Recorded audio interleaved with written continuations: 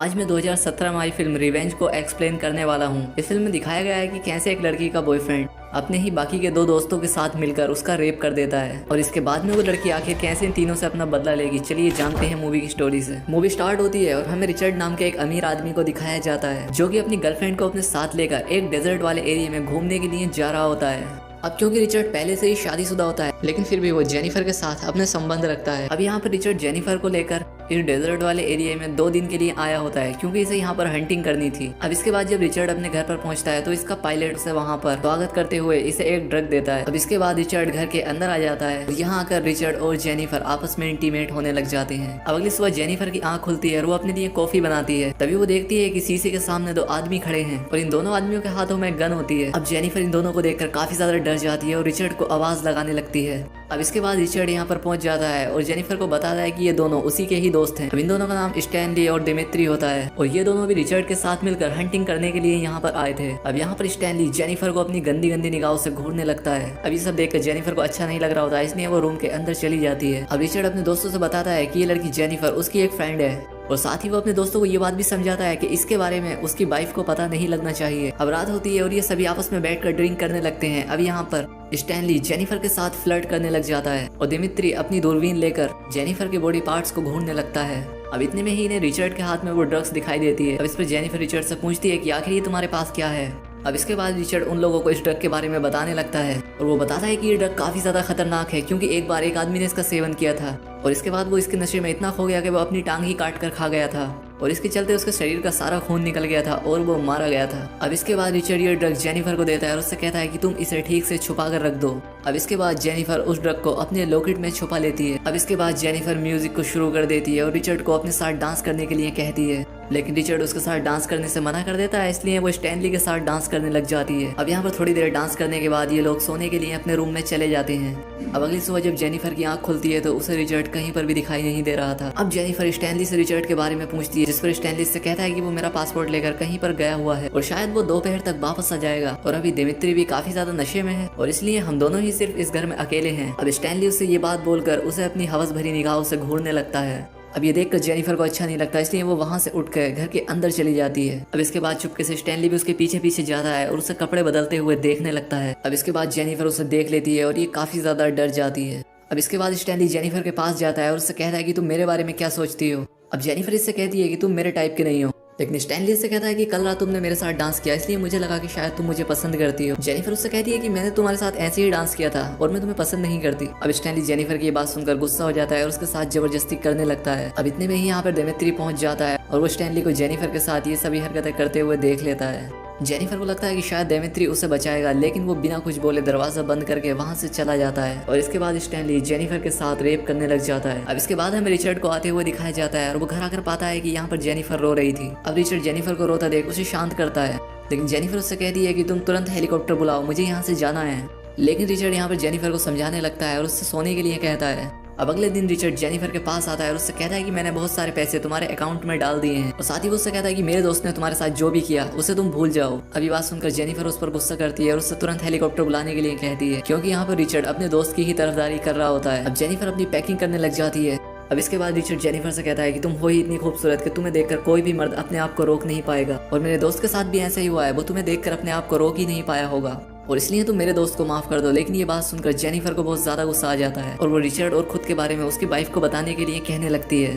अब ये बात सुनकर रिचर्ड उसे एक जोर से थप्पड़ लगा देता है और इसके बाद जेनिफर वहां से भागने की कोशिश करने लगती है। अब इसके बाद वो तीनों दोस्त मिलकर इसका पीछा करने लग जाते हैं। अब जेनिफर भागते भागते एक पहाड़ पर पहुंच जाती है और ये यहाँ पर आकर रुक जाती है और इतने में ही वो तीनों लोग भी यहाँ पर पहुंच जाते हैं और ये तीनों से कहने लगते हैं कि तुम यहाँ से मत भागो। अब तभी रिचर्ड फोन लगाकर हेलीकॉप्टर को बुलाने लगता है लेकिन वो सच में हेलीकॉप्टर को नहीं बुला रहा था बल्कि वो जेनिफर को ऐसा दिखा रहा था। अब जेनिफर रिचर्ड की बातों में आ जाती है लेकिन तभी रिचर्ड उसे चोटी से नीचे की ओर धक्का दे देता है जिससे कि जेनिफर नीचे जाकर एक नोकीली लकड़ी पर गिरती है जो कि उसकी बॉडी के आर पार हो जाती है और ये देखकर इन तीनों दोस्तों को ऐसा लगता है कि शायद अब जेनिफर मारी गई है। तो इसके बाद स्टैनली रिचर्ड से कहता है कि आखिर तुमने ऐसा क्यों किया, जिस पर रिचर्ड उससे कहता है कि अगर वो यहाँ से भाग निकलती तो हम तीनों को जेल हो सकती थी और इसीलिए मुझे उसे मारना पड़ा।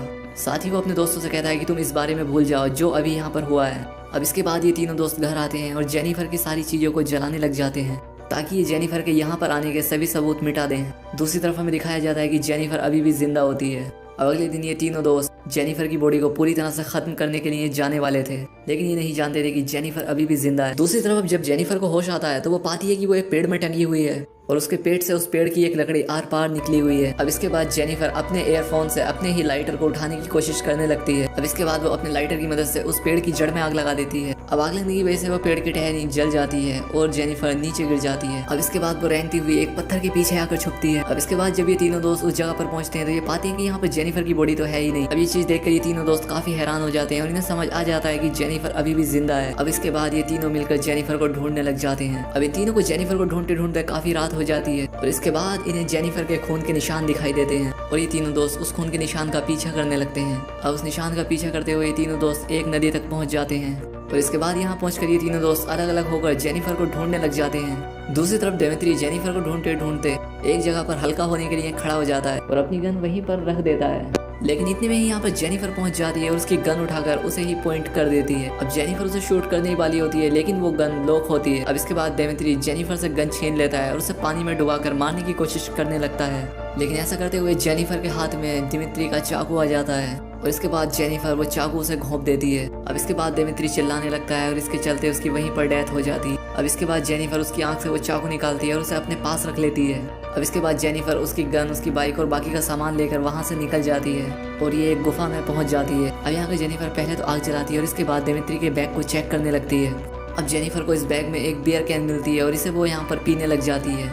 अब यहाँ पर जेनिफर को काफी ज्यादा दर्द हो रहा था, इसलिए वो उस ड्रग को अपने लॉकेट से निकालती है जो कि रिचर्ड ने इसे दिया था। अब जेनिफर उस ड्रग को खा लेती है और इससे उसका दर्द खत्म हो जाता है और इसके बाद जेनिफर अपने पेट में घुसे उस लकड़ी के टुकड़े को बाहर निकालती है और अपनी बॉडी से निकलने वाले खून को रोकने के लिए वो उस बियर कैन की बोतल को गर्म करती है और उसे अपने घाव पर लगाती है। अब अगली सुबह जब स्टैनली नदी में अपना मुंह धोने के लिए जाता है तभी उसके सामने डेमेत्री की बॉडी आ जाती है। अब उसे देखकर वो काफी ज्यादा डर जाता है और वहाँ से भागने लगता है। अब इतने में यहाँ पर रिचर्ड भी पहुंच जाता है, उस डेड बॉडी को बाहर निकालता है। अब इसके बाद वो उस डेड बॉडी में पत्थर भरते हैं और उसे वापस नदी के अंदर फेंक देते हैं। अब यहाँ पर रिचर्ड स्टैनली पर गुस्सा करता है और उससे एक पंच मारता है जिससे कि उसकी नाक टूट जाती है, क्योंकि स्टैनली की वजह से उसका एक दोस्त मारा गया था। दूसरी तरफ जब जेनिफर को होश आता है और वो उठती है तो वो पाती है कि उसका घाव अब पूरी तरह से ठीक हो चुका है। अब इसके बाद जैसे ही जेनिफर गुफा से बाहर निकल रही होती है लेकिन तभी वहाँ पर रिचर्ड आ जाता है और एक गन से जेनिफर का सर फोड़ देता है, लेकिन ये सिर्फ एक सपना होता है। अब इसके बाद जेनिफर जाग जाती है, तभी यहाँ पर जेनिफर को डेमेत्री की बॉडी दिखाई देने लगती है। अब जेनिफर यहाँ पर हेलुसिनेट करने लग जाती है क्योंकि अभी भी जेनिफर से उस ड्रग का नशा पूरी तरह से नहीं उतर पाया था। लेकिन अब फाइनली जेनिफर की आंख खुल जाती है और अब वो उस ड्रग के नशे से भी बाहर आ चुकी थी।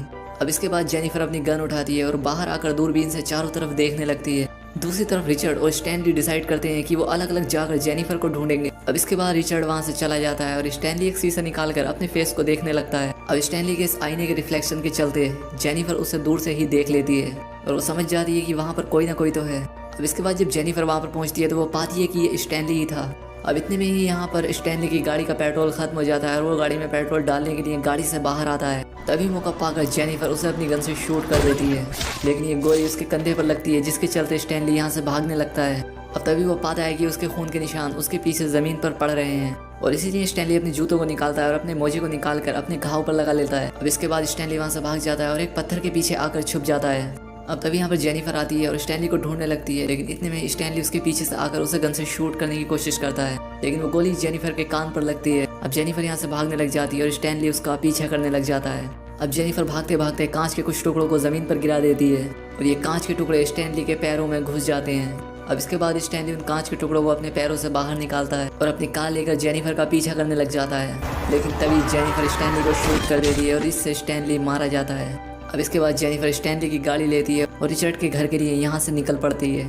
दूसरी तरफ रिचर्ड को भी जेनिफर नहीं मिलती और इसलिए वो भी घर पर आ जाता है। अब इसके बाद वो अपने पायलट को कॉल करता है और उससे कहता है कि तुम फौरन यहाँ पर आ जाओ। अब इसके बाद रिचर्ड नहाने के लिए बाथरूम में चला जाता है। अब जब रिचर्ड यहाँ पर नहा रहा होता है तभी से बाहर से किसी की आवाज़ आती है। अब इसके बाद रिचर्ड अपनी गन उठाता है और बाहर चेक करने के लिए जाता है, लेकिन बाहर जाकर ये पाता है कि यहाँ पर तो कोई भी नहीं होता। अब इसके बाद रिचर्ड जब अपने घर के अंदर आता है तो वो पाता है कि बाहर जेनिफर उस पर गन पॉइंट किए हुए खड़ी है। अब वो जेनिफर से बात करने की कोशिश करने लगता है, लेकिन तभी जेनिफर उसे शूट करने लगती है जिससे कि एक गोली रिचर्ड के पेट पर आकर लगती है। अब रिचर्ड अपनी जख्मी हालत में ही वहाँ से भागने की कोशिश करता है और जेनिफर उसका पीछा करने लग जाती है, लेकिन तभी रिचर्ड जेनिफर को पकड़ लेता है और उसका गला दबाने की कोशिश करता है, लेकिन तभी जेनिफर उसके घाव में अपनी उंगली घुसा देती है और इससे रिचर्ड जेनिफर को छोड़ देता है।